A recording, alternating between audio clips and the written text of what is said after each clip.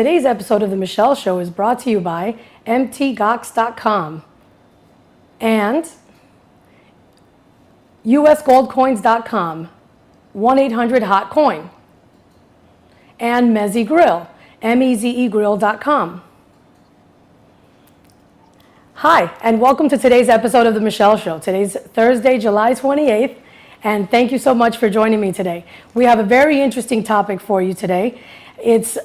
We're going to be discussing cosmetic surgery, specifically the topic of how to make a decision about getting cosmetic surgery, whether in your home country, here in the United States, or outside of the United States. The guest joining us today is Annette Arguelles from Miami, Florida. Can we get Annette? Are you there, Annette? Can you hear me? I can hear you. Okay. Annette, tell us when exactly was it that you received the cosmetic procedure that we're going to be discussing today? Well, I had the surgery done in Colombia, and I went for liposuction on my back and on my legs, different areas. Well, first let's go back to how long ago was this? This was in September 2004. Okay, so it's been several years now. Yes. Okay, and what prompted you to get the cosmetic surgery? Exactly what was it that you were going to Colombia? What type of surgery were you going to get? I went to get liposuction again on my back, and I went to have I had implants already that I just wanted them to get lifted a little, and that's basically what I went to get. Okay, so basically liposuction on your back, and then you had already gotten breast implants previously. You just wanted to get them touched up somewhat. Right. Okay, how did you decide on the particular doctor, the particular provider that did the surgery? Okay, well, I used to work for Jackson Hospital, so I had a friend that her mom had gone for surgery in Colombia with this particular doctor, and she turned out beautifully. Her body was totally transformed, and I decided that I wanted to have it with the same doctor. I wanted, the same thing, and so she had multiple surgeries in it with the same doctor in the same visit, or did she go back to this doctor subsequently on more than one visit? No, she had everything on the same visit. She had liposculpturing, she had a tummy tuck, she had her breast done, a bunch of things done on the same day. Okay, so when you saw her after the fact, and she looked spectacular. Spectacular. Okay, so was your decision in going overseas for the surgery, was it mostly due to how great your friend looked, or was there a cost factor involved also? Was it less expensive for you to go to Colombia? Both. I wanted to look better, and it was more affordable. So doing all those surgeries here would have been, a lot of money, and over there they do it for almost nothing. Okay, so when you spoke to your friend about her particular provider, she made a recommendation, and did you go to a local office in Miami, or did you just explain to me a little bit more about the process after that?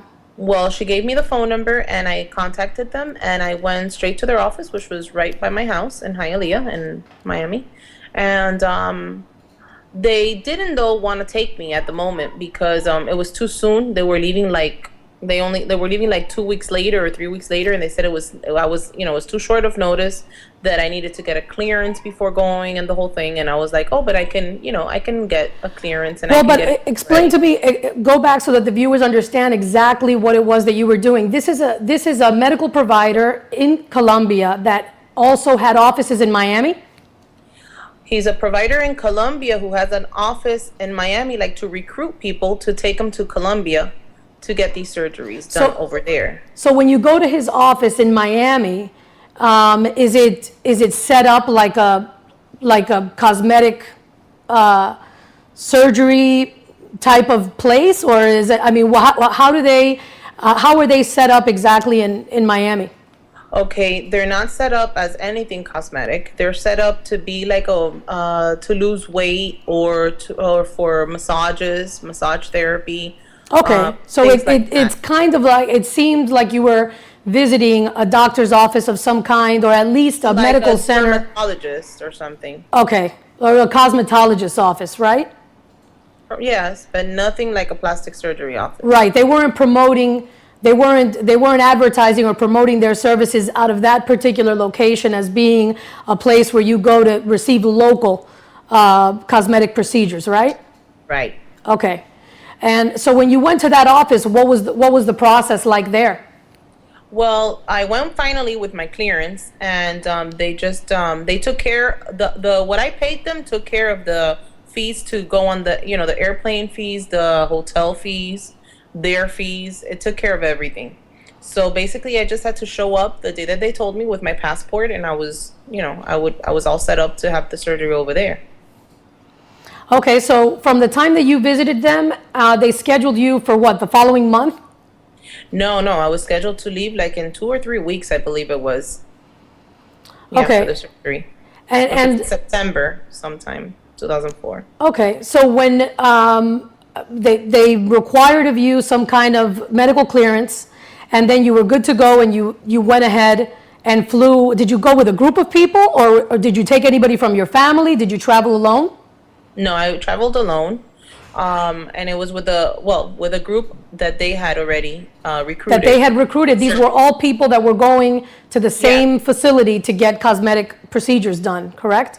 Right. Some were going for a facelift, others were going for tummy tucks alone, other for the liposculpturing, different things, different women, like maybe a group of 5. Okay, so then explain to me a little more about what happened once you got there. What happened once you were there? Once I got there, I had one day to go, to rest, and then the next day was my surgery. For my surgery lasted, I was told 10 hours, which is way too long for a cosmetic surgery Wow. to begin with. Once I woke up from the surgery, I was in extreme pain. I mean, nothing helped me. No medication helped me. No, I didn't have an appetite. I was feeling bad and miserable from the moment I woke up. So did something feel not right from the moment that you woke up from the surgery? Absolutely. From the moment I knew there was something wrong with me that was different. I mean, I had gone through plastic surgery in the past. I had reconstructed my breast, and I had had surgeries in the past, and nothing felt right. They offered me food, I didn't want any. I didn't feel right at all. Okay, and so when you complained to the doctor or the nurses, what happened? They said everything was normal. Everything was normal. Even when I started I started getting fevers and spiking fevers, and they still insisted that everything was normal. What they would do to alleviate my pain partly was drain. I had like these little drains on my back, and they would use them like to drain, like to take out like some kind of accumulation of water, like mixed with like bloody, Liquid, right. From my back. And how long were you hospitalized in their facility? Were you in a hospital? Were you in a medical center? It was like an outpatient facility. Okay. And I was only there over that night, maybe like 24 hours. That's it. So over the course of the 24 hours, you were in extreme pain, you complained about it, and all that they did was just drain you of that accumulation of That's of it. liquid. Yeah. Okay. Was the doctor trying to be reassuring that what you were going through was normal?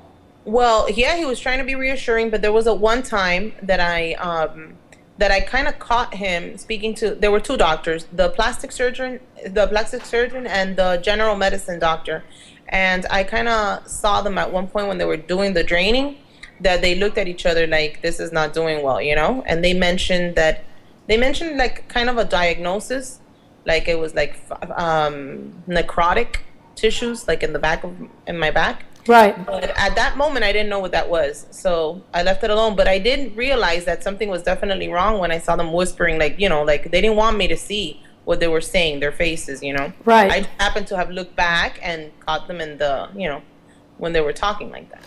So I knew that there was something wrong with me the whole time, So and that I had to get back to Miami. At what point did they tell you that it was okay to leave? Well, it was a trip of 10 days. So at the 10th day, I was scheduled, to fly back to Miami. And over the course of the 10 days, what were you feeling? Nothing, just waiting to be able to leave. And the same procedure, draining and back to bed. I was never able to wear the girdle that everybody wears, like so that you can, so your body could get its form or whatever they use it for. Right. I was never able to fit into that, and I would see other women fitting themselves into it, and I was never able to. They were kind of forcing me to do it. I just didn't accept. I didn't do it. So over the course, you were there at that outpatient type facility for the course of the entire 10 days? In the hotel already. Oh, in the hotel. Okay. Yeah. Now, was the doctor visiting you on a regular basis at the Yes, hotel? we visit every day. Okay. And I would also have to go to his office for the draining. For the draining. Right. So on your last day there, what was the conversation like? He said it was okay for you to leave? Conversation on the last day, they clearly told me that if I was asked in the airport any questions about going to that country for plastic surgery, that I should say no, that I just went for tourism. And so I agreed, but once I was in the airport, I wasn't doing well at all. I felt like fainting, and I was left alone. They weren't even by my side helping me. Really? So, yeah. So who transported you to the airport? Was it the people from the medical center? With the doctor and the group of people that had went, the secretary of the doctor, the ladies who had the surgery as well. Right. And me, but I was the worst one. I never recuperated. So I was tears. Clearly you were feeling a lot of pain, and they still allowed you to get off of the bus and go to the airport. Yes. One of the in the airport, someone that worked there spotted me, like one of the guards, and she approached me and she's like, "What's wrong with you?" And I first said nothing because I was scared. It was in the back of my mind that he had told me, "Don't say what you were here for." Right. But I felt like if I was gonna faint, and I went up to the lady again after I had told her nothing, and I told her, "Look, something is wrong with me. I don't feel well." She asked me what I was there for. I told her that I had been there for plastic surgery, and then she told me, "Well, then you need to get cleared by the doctor here in our airport in order to be able to fly." And I said, "Fine," but my flight was leaving in like 45 minutes, and the doctor was all across the whole airport. So I saw a young boy that worked there in the airport, and I remember I told him, "Listen, do you think you could get me to the other side of the airport where the doctor's at? As fast as you can, because my flight leaves in 45 minutes. I have $20 I can give you." And he said, sure, I'll get you there. And he ran with me over he was going super fast to get me there in the wheelchair. And when I got to the doctor, she said, all she told me was, "I'll clear you if you can stand up from the wheelchair and walk a straight line back and forth, and you're cleared to go." I was like, wow, that's going to be, I didn't say it, but I was thinking in my mind, that's going to be hard.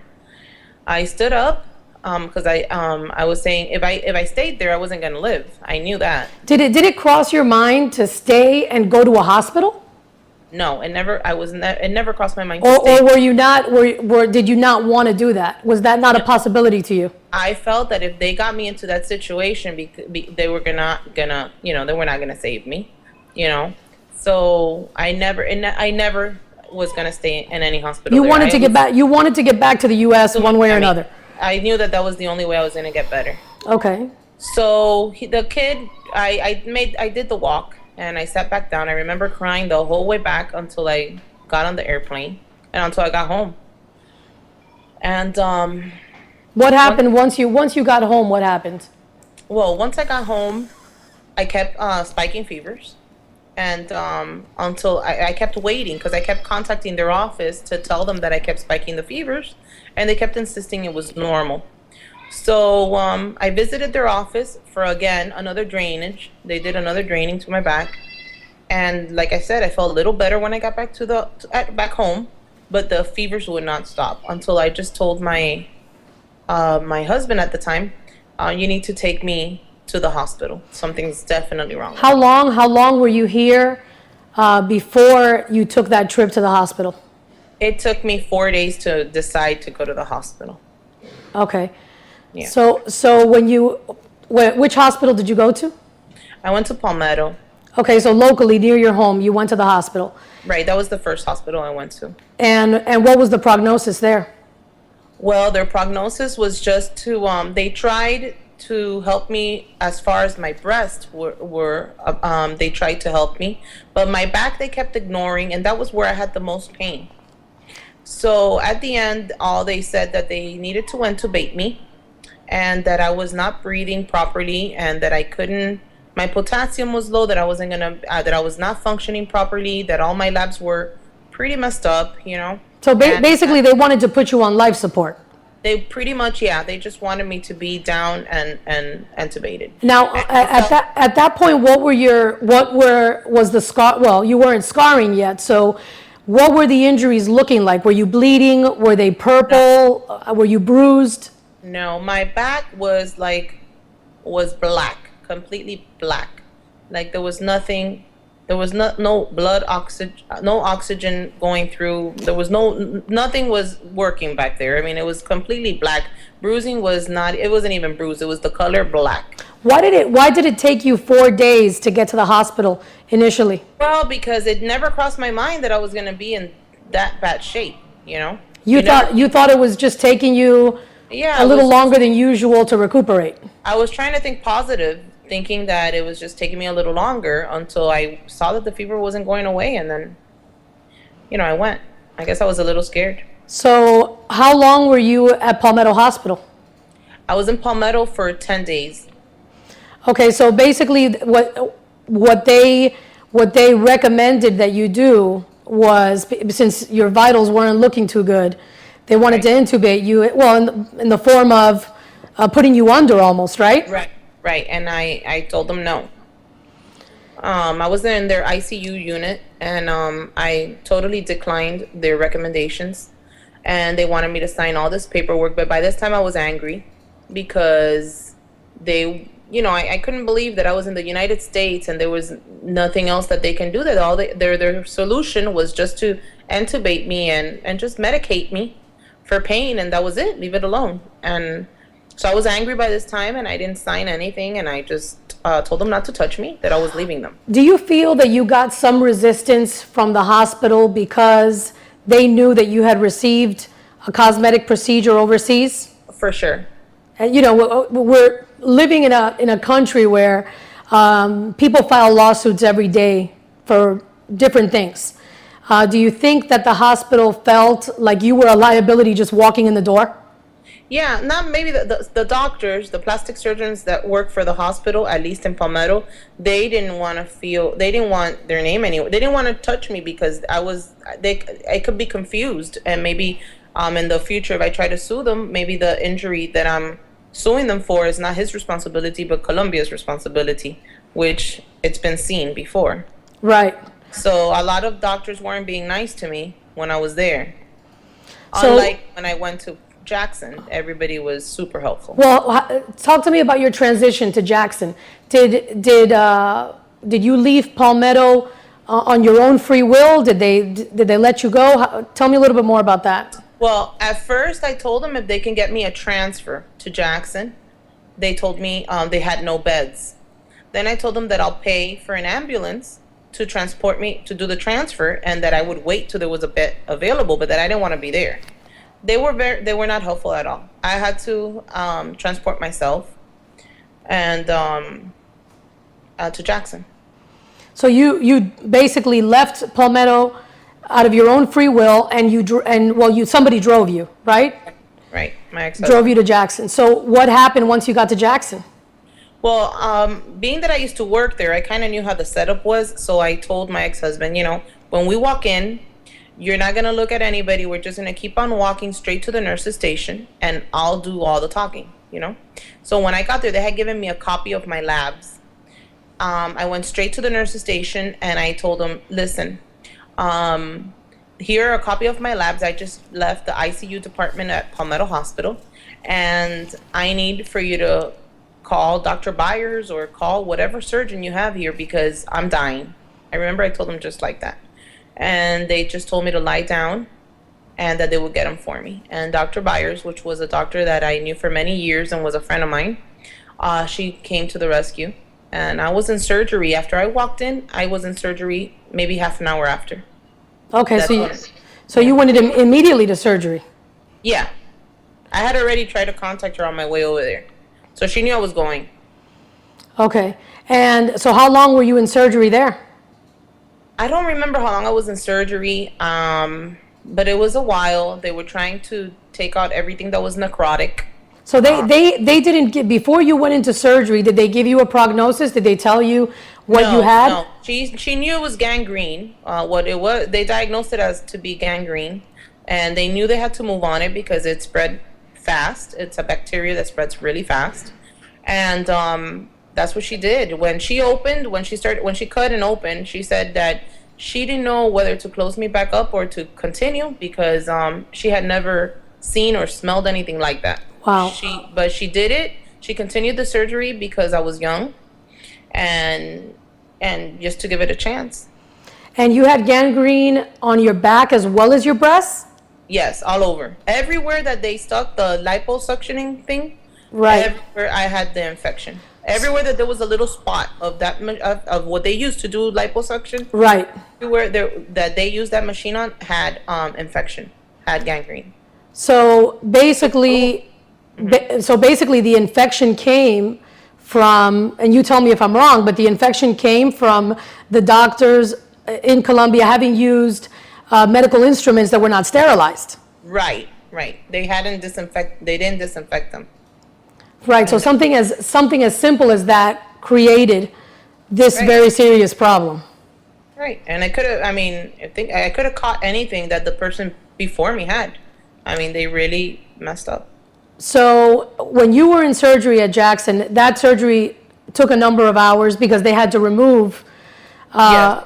they had to remove all of the gangrene. All the dead skin, yes. Right. I mean, it's a miracle that you even survived because most people with gangrene, Right. if it's easy to amputate an arm or a leg or any of the body's appendages, but when you have it on your torso, Right.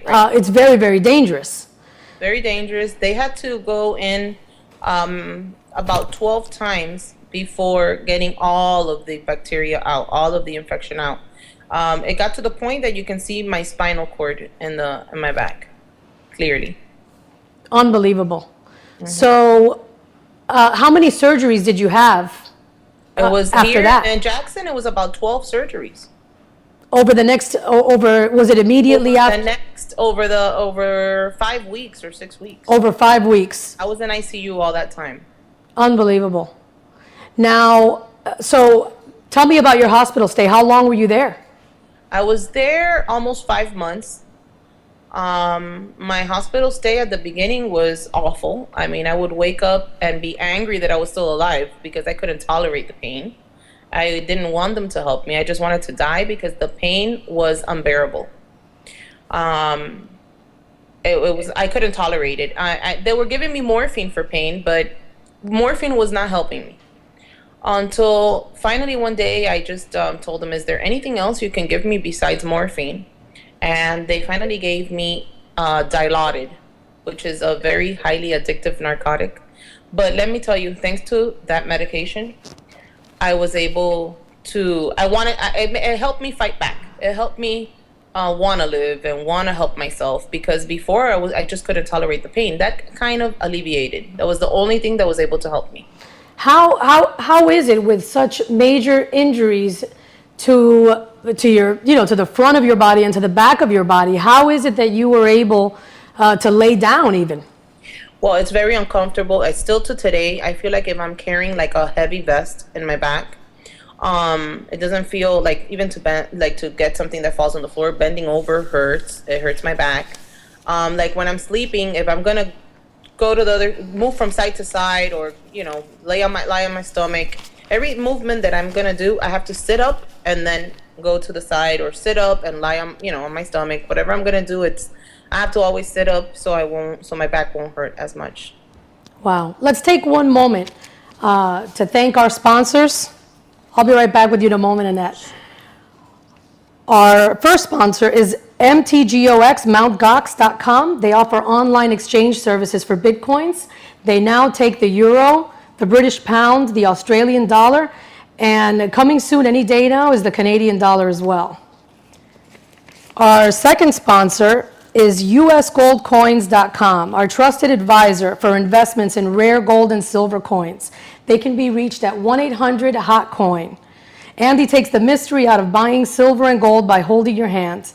They definitely take a hands-on approach, and it's better to call and speak directly to someone at 1-800-HOT-COIN. Our third sponsor is Meze Grill, M-E-Z-E Grill.com, where authentic Mediterranean food meets modern flavor. They're now serving breakfast, and they're located in New York City on 8th Avenue at 55th Street, just a couple of blocks from just a couple of blocks south of Columbus Circle.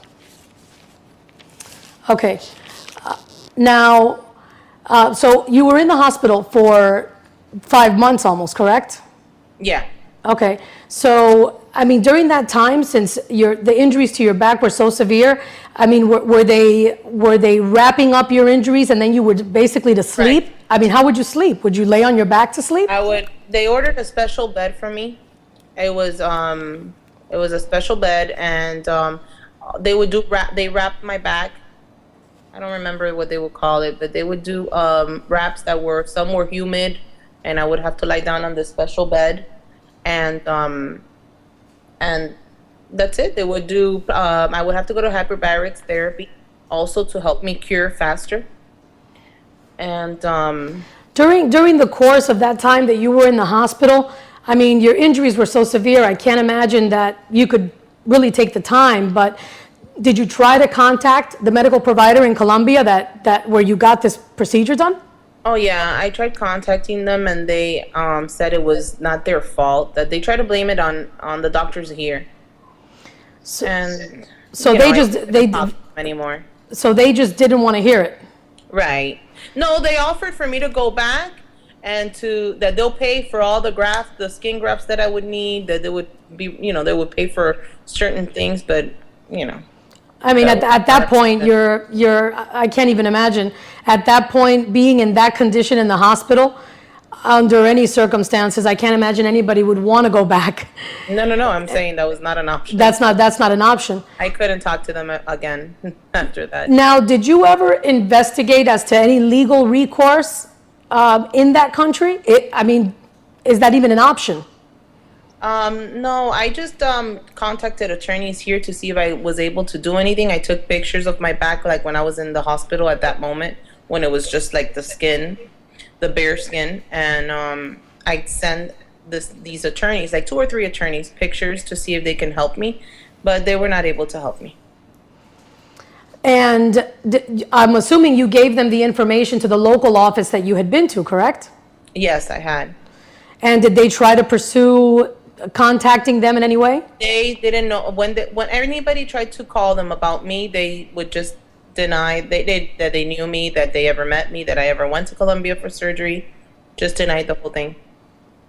Really? So what did your attorney say? Basically, attorneys didn't want to spend any money, like hiring nurses and people to investigate, because they weren't sure if they were going to be able to make any money out of it. So no one really took the time to investigate anything. So after all of this, you were basically not able to file any kind of claim. You weren't able to pursue it, and I mean, how did you cover your medical bills? When I was at Jackson got me an emergency Medicaid.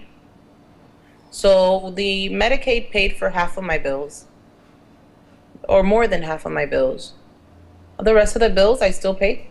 Do you know what the total amount was? It was over $2 million. Over $2 million.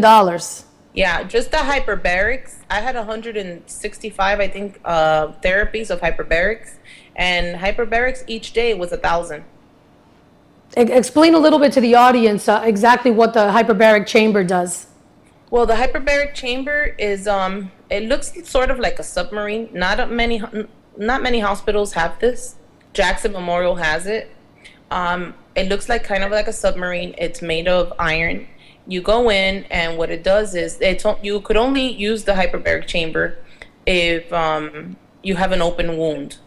So there's a lot of cancer patients in the chamber with you, and all is because you need to cure faster for some reason, either because whatever you have is spreading fast, or there has to be a reason behind it. You have to qualify to be able to be in there.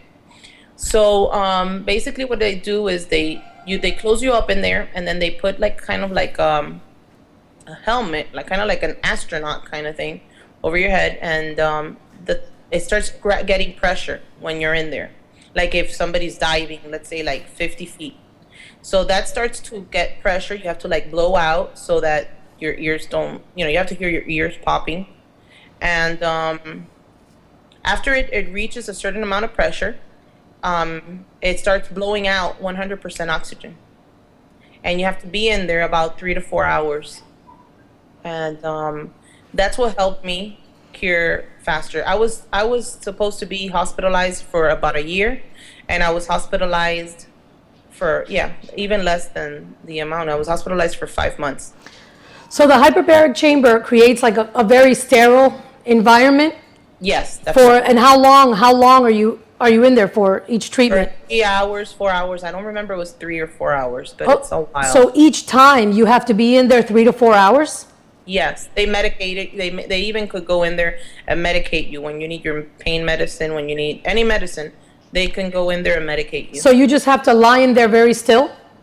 You just lie in there still. You can talk to the people that are there, but you're wearing that helmet thing, and it's pretty uncomfortable because if you're claustrophobic, I mean, you can't get out, and it's uncomfortable. So how many of those treatments did you get? Did you say 165? Over the course of the few months you were there? Yes, and then even after, I had to continue going. Wow, that's unbelievable. Mm-hmm. So what else, other than the hyperbaric chamber, give us an idea of the other types of treatment that were involved in helping you get cured? Well, they also had something called the vac. They placed it on my back. It's like a very strong tape. And what it does, it vacuums. It vacuums. It makes your skin, since I had so much skin that it was so in, like towards, it was like the spinal cord. You can see my spinal cord. So it needed to grow out. And skin doesn't really grow out by itself. So they put that vac on you, and then it starts suctioning. And that was the way that my skin was able to grow out a little bit so that my body could be shaped. That's interesting. I think we have a picture of the injuries to your back.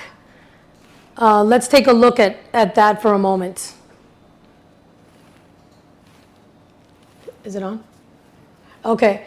Here, the viewers can see, obviously we weren't going to photograph the injuries to your breasts. Your breasts were removed, and you later had to get reconstructive surgery to your breasts. But basically, this is the injury that you're left with now. This is what your back looks like right now. How does this compare to your original injuries?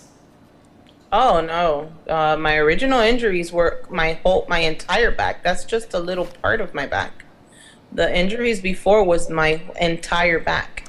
So your entire back, would you say from your shoulders down? A little lower than my shoulders, all the way, down to my spinal cord. So down to your hip area or above that? A little lower than my hip area. Okay. So what they did to help me so that I would require less skin was they did kind of like a tuck. That's how you see it smaller there. They kind of pulled from the top, from the sides, to make it a little smaller so that way I would require less skin. Wow. Yeah, it looks like a much smaller injury than it would have originally been, given that your entire back from top to bottom, had to be removed due to gangrene. Now, what about your breasts? How long did you have to go without breasts before those were reconstructed? They recommended that I wait a year before going for plastic surgery again. I definitely needed to have the plastic surgery because there was no way I can live with the breasts the way that they looked. They were awful. They didn't even look like breasts. How did during this whole time, Annette? I mean, over this first year, how did you feel about yourself? How did you feel in this new body? Because basically you had a new body. Terrible. Terrible. I regretted every minute of it. It was a very hard, difficult year for me, I have to say. What was your biggest regret at that point, that you chose that particular doctor? I mean, what do you think you could have done differently? Your case is not the only case like this. It's one of the worst that I've seen, but you know that there are people. It's very important for me to tell the viewers at this point in the conversation that you can have an instance of negligence in any country, including the United States. There are good doctors and bad doctors everywhere. The whole purpose of this conversation today is so the viewers can learn something from your particular experience and think about what they can do differently when making a decision, especially when you go overseas. And this is true if you live in another country and you're coming to the United States for surgery as well. It's very important that you understand the laws in those countries, that you understand what the recourse is in case you're confronted with this type of situation. I think it's also important that you're accompanied by someone, by a loved one maybe, and you don't take this trip by yourself. It's never the intention of this show to be one-sided, and it's never my own personal intention to be one-sided. So it's important that you, the viewers, understand that my personal belief is not necessarily that you get better treatment in the United States. There are many malpractice situations in the United States as well. However, there is recourse here. There is accountability. There's a system in place that will ensure that if there is malpractice done to you, that you can file a claim, you can hold somebody accountable. A doctor's license is at stake. And I just think it's important to really research properly all of your options. And if you're going to make a decision to go overseas, because there are some brilliant doctors in many countries overseas, especially in South America, you just have to be more educated and better prepared when making a decision. So I don't think that you were necessarily mistaken in having gone to Colombia for the surgery, but just your process in getting there maybe could have been different. What do you think you could have done differently to have avoided this problem? Well, in a way, when the plastic surgeon, it was the facility's fault that I became infected, if you think about it, because it was the instruments that were not cleaned and not sterilized. And I don't think doctors sterilize, their own instruments. I think that Correct. they're placed for you there, So, the surgeon, however, I don't agree that you should be in plastic surgery for 10 hours. And like here, I know there are guidelines as to how many hours, how many things you can do, in one surgery, and over there, there isn't those kinds of rules. And if there is, they don't really respect those laws. Well, do you think that before you left Colombia to come back to the U.S., that the doctor was definitely aware that you were experiencing a problem? That Yes. that was outside of the normal realm of, the way that someone is supposed to feel when they come out of surgery? He knew exactly how I was feeling. There was no way I can hide it. I mean, all I can do was cry. All I can do was, I was feeling really, really bad. So, everybody knew that I was not doing well. So, As a matter of fact, like the girls that had become friends with me in the trip at the beginning, towards the end, they didn't really want to talk to me much. I think they kind of knew that I wasn't doing well, and in the future there was going to be some kind of problem or lawsuit, and they stopped talking to me. did you ever keep in touch with? I kept in touch with one of them for a little bit when I first got here, but she disappeared as well, and she stopped calling me. And after I got really sick, she stopped calling me. Really? So She didn't want to be a part of it, Right, but nobody ever, none of those women flat out told you that, did No. they? No, You just didn't hear from them again after that. just never heard from them again. And I tried to call them, and they would just not answer. Now, all of those women that went on that trip with you, none of them were accompanied by a relative or a loved one either. No? Nope, no, everybody went alone. So once once you got out of the hospital, let's go back to the breast reconstruction. You did get that done within a year? Yes, I was getting a little anxious, so I started calling my plastic surgeon, which was the one that helped me in the hospital. His name is Dr. Armstrong. I started calling him at 9 months, like trying to get him to do the surgery before. So he didn't. He just he basically, like, when I called him at the 10th or 11th month, he said, "Well, I'll give you an appointment." And he finally gave me an appointment, and I ended up having the surgery exactly a year after I got the hospital. So obviously, we're not going to be showing pictures of the outcome of that surgery, but tell me in your own words, what was the outcome, and were you happy with the reconstruction? I was very happy. I was happy he had to do the surgery in two parts. The first part was to reconstruct the breast because it didn't even look like a breast, which I was really happy alone with the reconstruction. When I saw the reconstruction, I thought that was it, that I didn't need another surgery. But the doctor said that no, that there was another surgery where he's going to place the implant and it was going to be much nicer.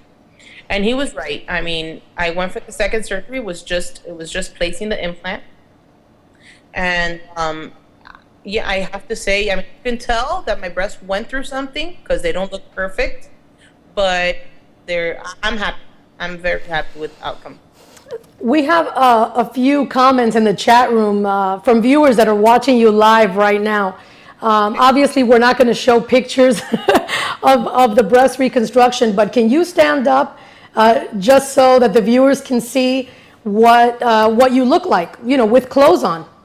I don't know if you can see me. If you stand, I'm wearing. Could you see me? Yes. Yes. Great. And you can't even see anything on your back either with your clothing, which is fantastic. Mm-hmm. Okay, the guests approve.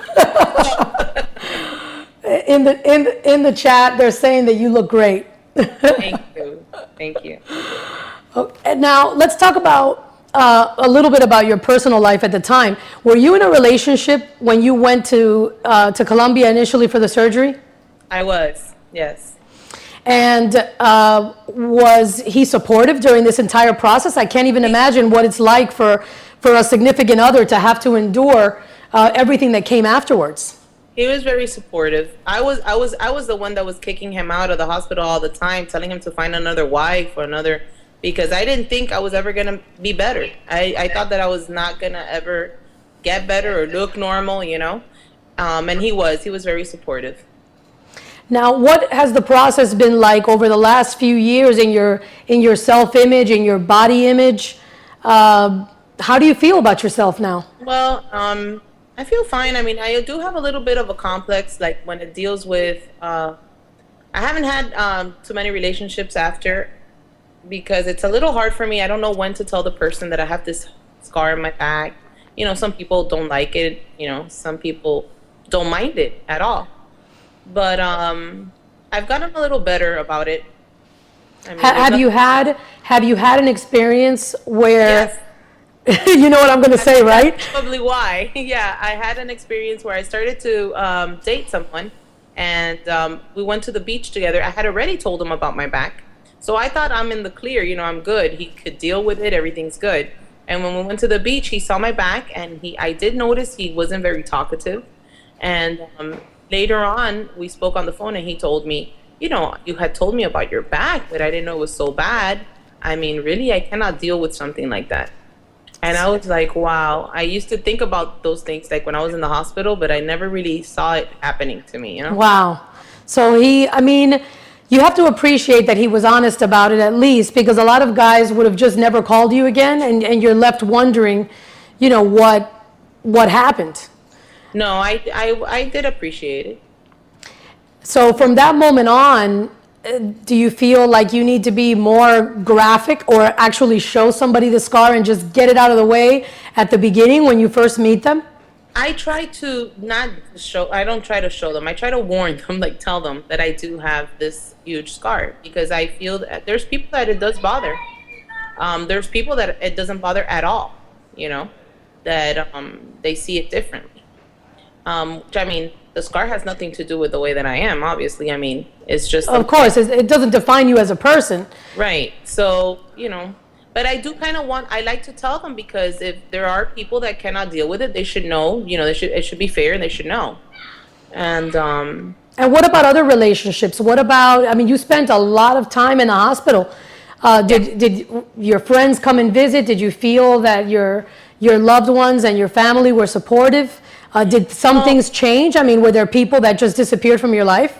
yes, there were. I had a really good friend, which is who I'm at her house right now. She was there the whole time, every single day. And I had several good friends that went to see me.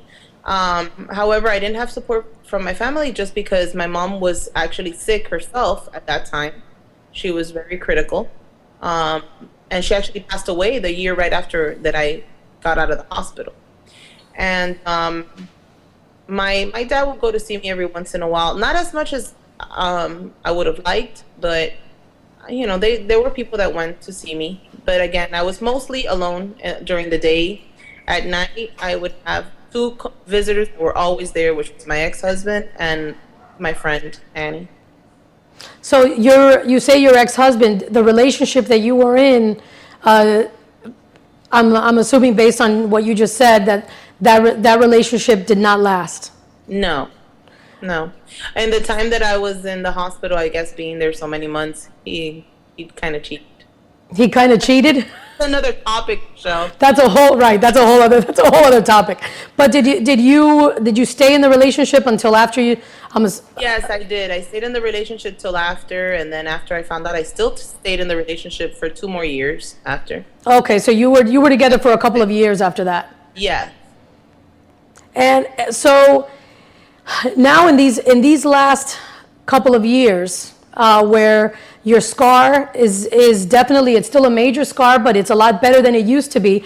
With all of the advancements in plastic surgery, have you been offered to continue to work on it and to make it better?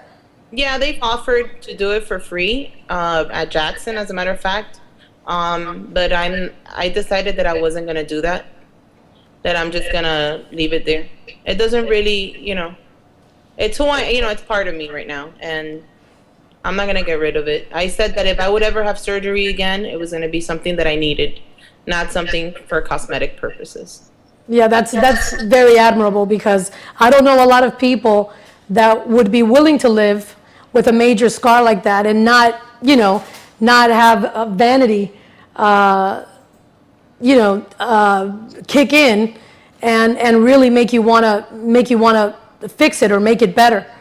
Like I said, I mean, it bothers me when I have to lie down, but I've already gotten used to all those things, I already got used to the whole thing. I'm not gonna get rid of it just because, it's like a little reminder. I went through something.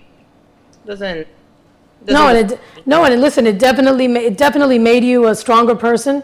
Mm-hmm. You have an unbelievable spirit. You're a very positive person, and not a lot of people that don't have the scar that you have feel as well about themselves as you obviously do, which I think is really, really commendable, because most people that have never undergone this kind of procedure or the problems that came after, and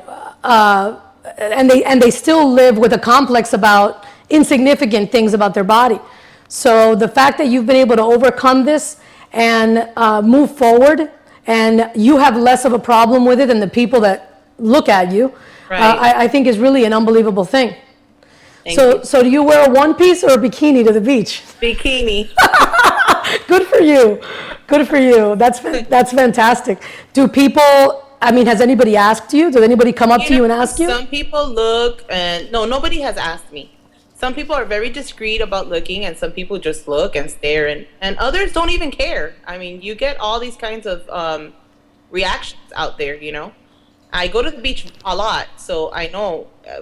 Most of the people who have seen me, I go to the same place, so a lot of people don't even look anymore, Wow. But it doesn't bother me if they look or if they don't look or if they make a comment. I don't really care what anybody has to say. If it's negative, I don't care.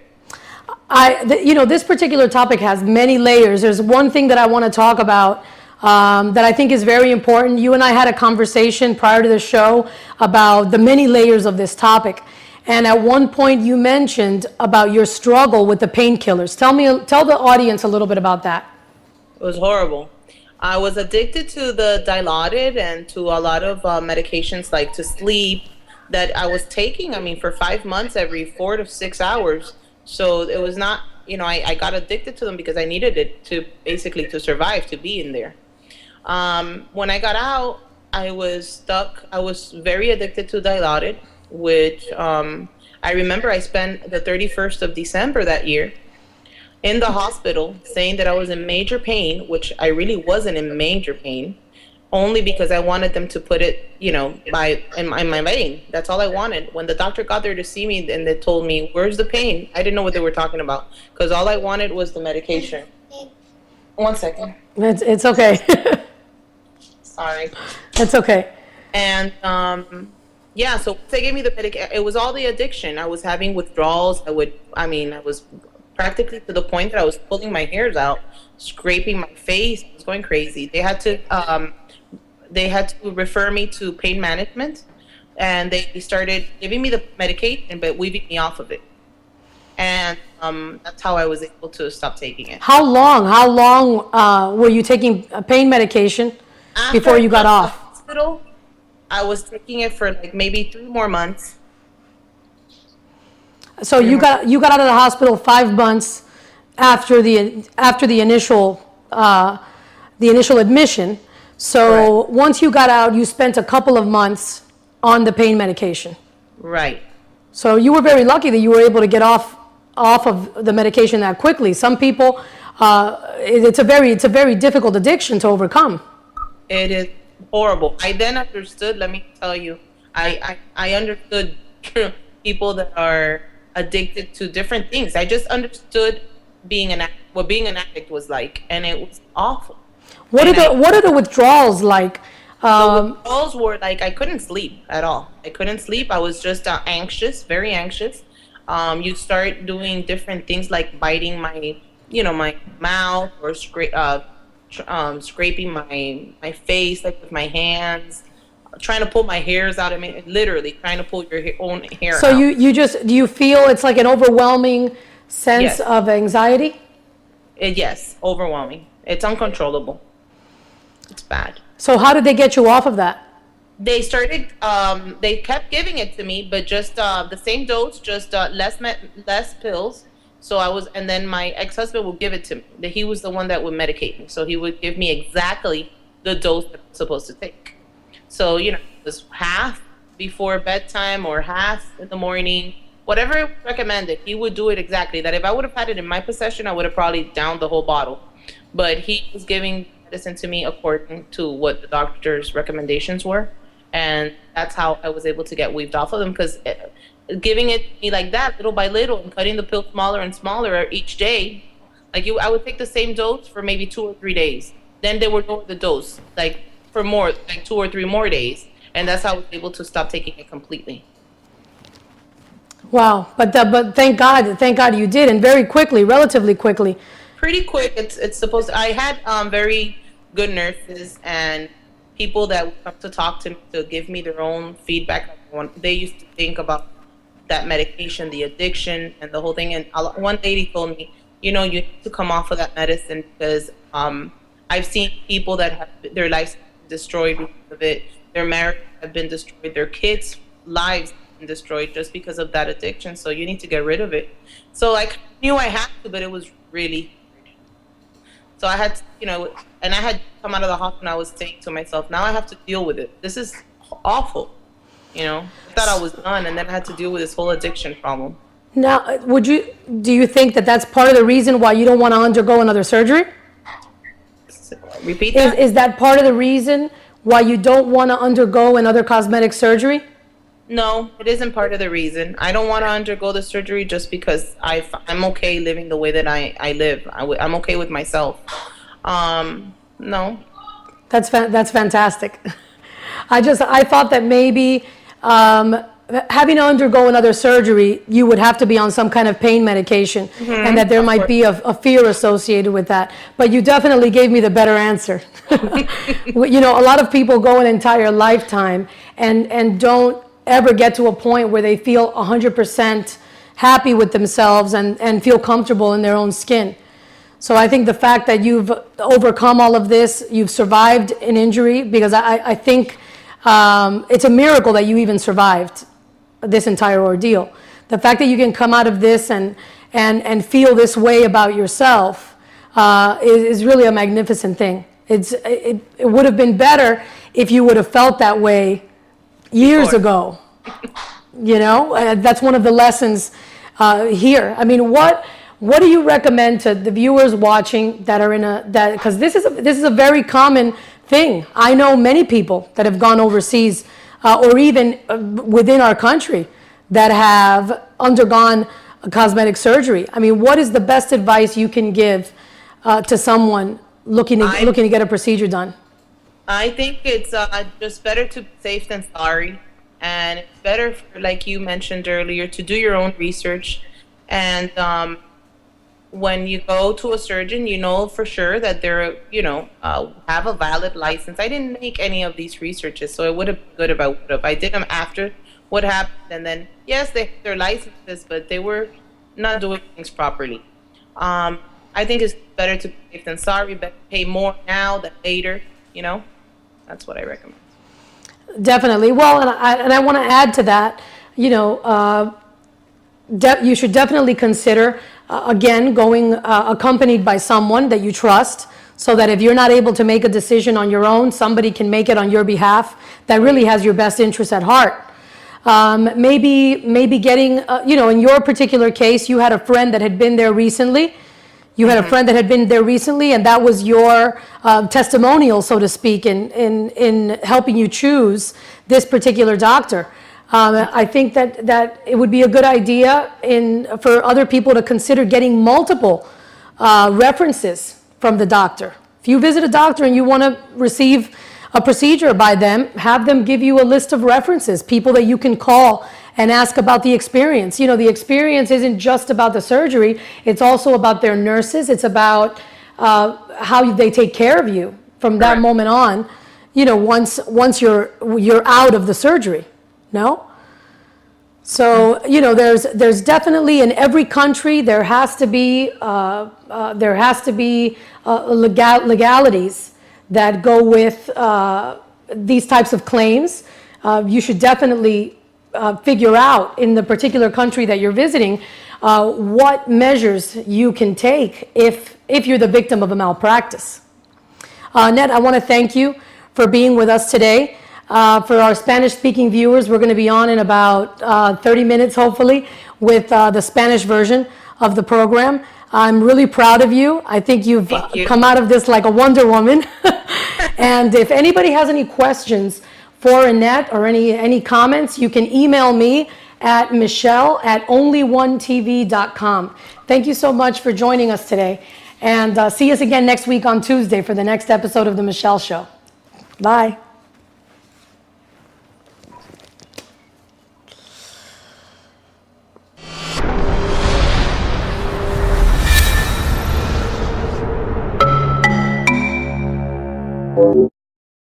It that you were going to Colombia, what type of surgery were you going to get?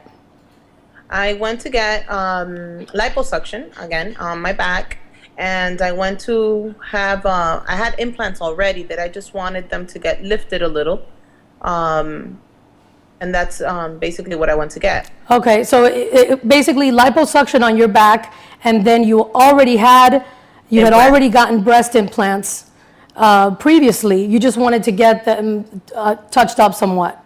Right. Okay. How did you decide on the particular doctor, the particular provider that did the surgery?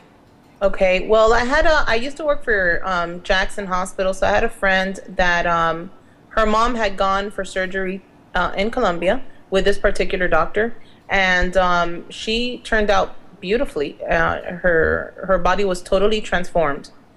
And I decided that I wanted to have it with the same doctor. I wanted, the same thing. And So she had multiple surgeries, Annette, with the same doctor in the same visit, or did she go back to this doctor subsequently on more than one visit? no, she had everything on the same visit. She had Okay. like liposculpturing. She had a tummy tuck. She had her breast done. A bunch of things done on the same day. Okay, so when you saw her after the fact, and she Right. looked spectacular. Spectacular. Okay, so was your decision in going overseas for the surgery, was it mostly due to how great your friend looked, or was there a cost factor involved also? Was it less expensive for you to Well, go to both. Colombia? Both. I wanted to look better, and nothing like a plastic surgery office. Right, they weren't advertising or promoting their services out of that particular location as being a place where you go to receive local cosmetic procedures, right? Right. Okay. And so when you went to that office, what was the process like there?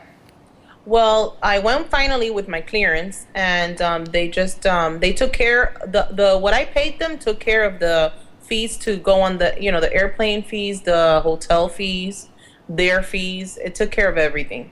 So basically, I just had to show up the day that they told me with my passport, and I was all set up to have the surgery over there. Okay, so from the time that you visited them, they scheduled you for what, the following month? No, I was scheduled to leave like in 2 or 3 weeks, I believe it was. Yeah, Okay. for the surgery. And September sometime, 2004. okay, so when they required of you some kind of medical clearance, and then you were good to go, and you went ahead and flew. Did you go with a group of people, or did you take anybody from your family? Did you travel alone? No, I traveled alone, and it was with a group that they had already recruited. That they had recruited. These were all people that were going to the same facility to get cosmetic procedures done, correct? Right. Some were going for a facelift, others were going for tummy tucks alone, other for the liposculpturing, different things, different women, like maybe a group of 5. Okay, so then explain to me a little more about what happened once you got there. What happened once you were there? Once I got there, I had one day to go, to rest, and then the next day was my surgery. For my surgery lasted, I was told, and it was more affordable. So I mean, doing all those surgeries here would have been, a lot of money, and over there they do it for almost nothing. Okay, so when you spoke to your friend about her particular provider, she made a recommendation, and did you go to a local office in Miami, or did you just explain to me a little bit more about the process after that? Well, she gave me the phone number, and I contacted them, and I went straight to their office, which was right by my house in Hialeah in Miami. And they didn't though want to take me at the moment because it was too soon. They were leaving like 2 weeks later or 3 weeks later, and they said it was too short of notice, that I needed to get a clearance before going and the whole thing. And I was like, oh, but I can get a clearance. And Well, but explain to me, go back so that the viewers understand exactly what it was that you were doing. This is a medical provider in Colombia that also had offices in Miami? He's a provider in Colombia who has an office in Miami, like to recruit people to take them to Colombia to get these surgeries done over there. So when you go to his office in Miami, is it set up like a cosmetic surgery type of place, or is it? I mean, how are they set up exactly in Miami? Okay, they're not set up as anything cosmetic. They're set up to be like to lose weight or for massages, massage therapy. Okay, so it's kind of like, it seemed like you were visiting a doctor's office of some kind, or at least a medical center. Like a dermatologist or something. Okay, or a cosmetologist's office, right? Yes, but not 10 hours, which is way too long for a cosmetic surgery to begin with. Once I woke up from the surgery, I was in extreme pain. I mean, nothing helped me. No medication helped me. No, I didn't have an appetite. I knew I was feeling bad and miserable from the moment I woke up. So did something feel not right from the moment that you woke up from the surgery? Absolutely. From the moment I knew there was something wrong with me that was different. I mean, I had gone through plastic surgery in the past. I had reconstructed my breast, and I had had surgeries in the past, and nothing felt right. They offered me food. I didn't want any. I didn't feel right at all. Okay, and so when you complained to the doctor or the nurses, what happened? They said everything was normal. Everything was normal. Even when I started I started getting fevers and spiking fevers, and they still insisted that everything was normal. What they would do to alleviate my pain partly was drain. I had like these little drains on my back, and they would use them like to drain, like to take out like some kind of accumulation of water, like mixed with like bloody, Liquid, right. from my back. And how long were you hospitalized in their facility? Were you in a hospital? Were you in a medical center? It was like an outpatient facility. Okay. And I was only there over that night, maybe like 24 hours. That's it. So over the course of the 24 hours, you were in extreme pain, you complained about it, and all that they did was just drain you of that accumulation of Yeah, that's of it. liquid. Yeah. Okay.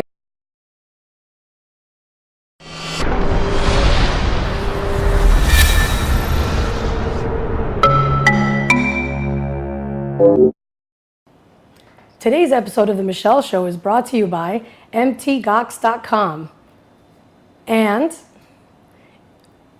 usgoldcoins.com, 1-800-HOT-COIN, and Meze Grill, mezegrill.com. Hi, and welcome to today's episode of The Michele Show. Today's Thursday, July 28th, and thank you so much for joining me today. We have a very interesting topic for you today. We're going to be discussing cosmetic surgery, specifically the topic of how to make a decision about getting cosmetic surgery, whether in your home country, here in the United States, or outside of the United States. The guest joining us today is Annette Arguelles from Miami, Florida. Can we get Annette? Are you there, Annette? Can you hear me? I can hear you. Okay. Annette, tell us when exactly was it that you received the cosmetic procedure that we're going to be discussing today?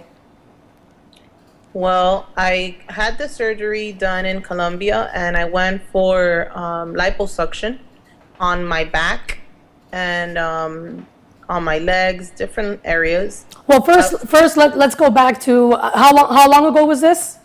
This was in September 2004. Okay, so it's been several years now. Yes. Okay, and what prompted you to get the cosmetic surgery? Exactly what was